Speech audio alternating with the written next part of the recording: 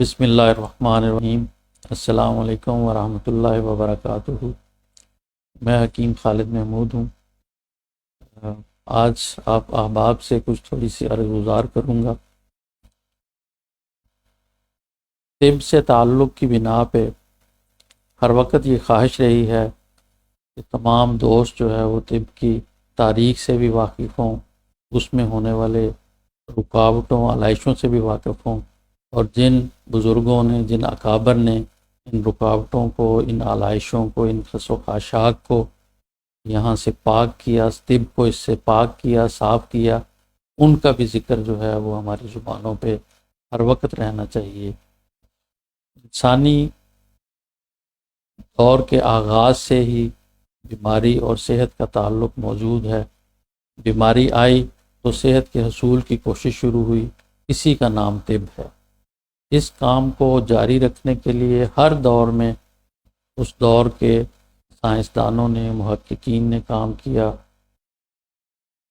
بابا طب حکیم بقراط، معلم اول حکیم جالینوس، ان کے بعد حکیم ابو علی سینا اور بے شمار اسلامی دور کے حکماء نے اپنے اپنے طور پہ اس میں تحقیقات پیش کیں اور مخلوق خدا کی خدمت کے لیے کام کرتے رہے۔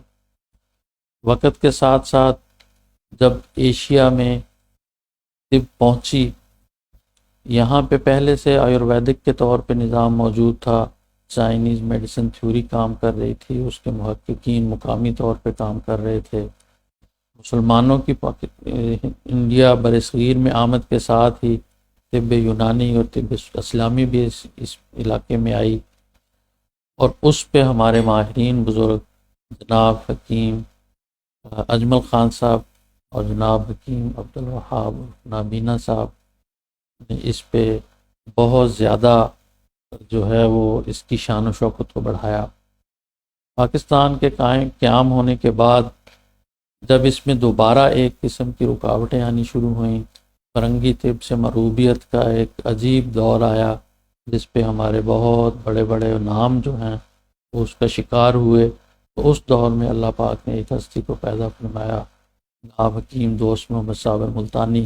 انہوں نے نہ صرف فرنگی طب سے مرغوبیت کا تاثر ختم کیا، بلکہ ایک نیا طریقہ علاج جو ہے وہ بھی دریافت کیا، ایک اصول علاج کا دیا، جس کو لے کے اب تک جو ہے وہ لوگ فائدہ اٹھا رہے ہیں۔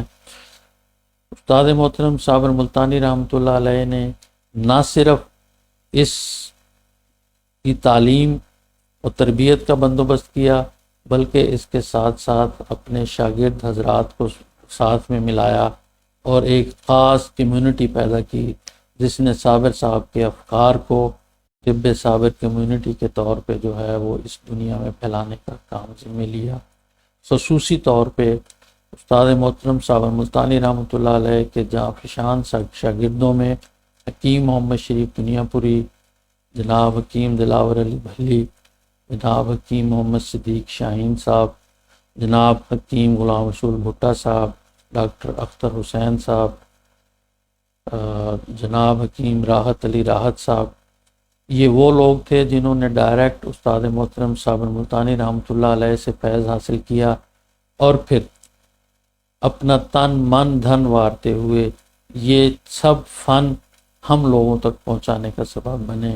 اس کے بعد بے شمار ساتھیوں نے جو ہے وہ کام کیا، جناب حکیم غلام نبی صاحب، غلام نبی ایم اے صاحب، جناب حکیم الہی بخش عباسی صاحب، حکیم ملک خیر دین ڈوگر صاحب، حکیم یاسین حسرت چاولہ۔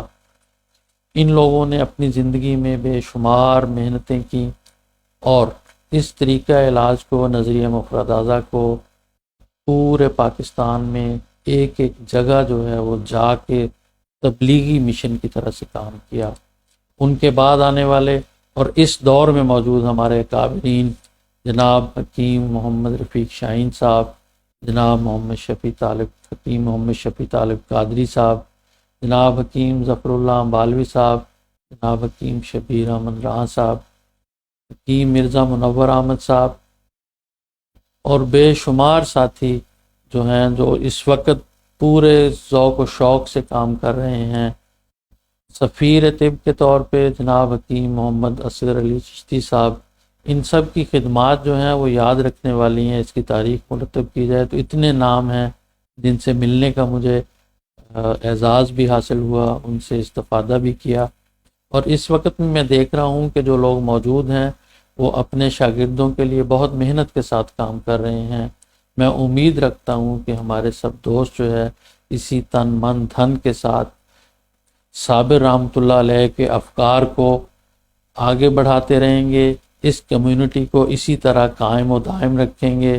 یہ سب لوگ طب صابر کمیونٹی کا حصہ ہیں، ہم ان سے استفادے کے لیے ہر جگہ پہنچیں گے اور کوشش کریں گے کہ یہ سب احباب مل جل کے استاد محترم صابر ملتانی رحمۃ اللہ علیہ کو طب کی تاریخ میں وہ مقام دلا سکیں جس کے وہ کما حق ہو حقدار تھے۔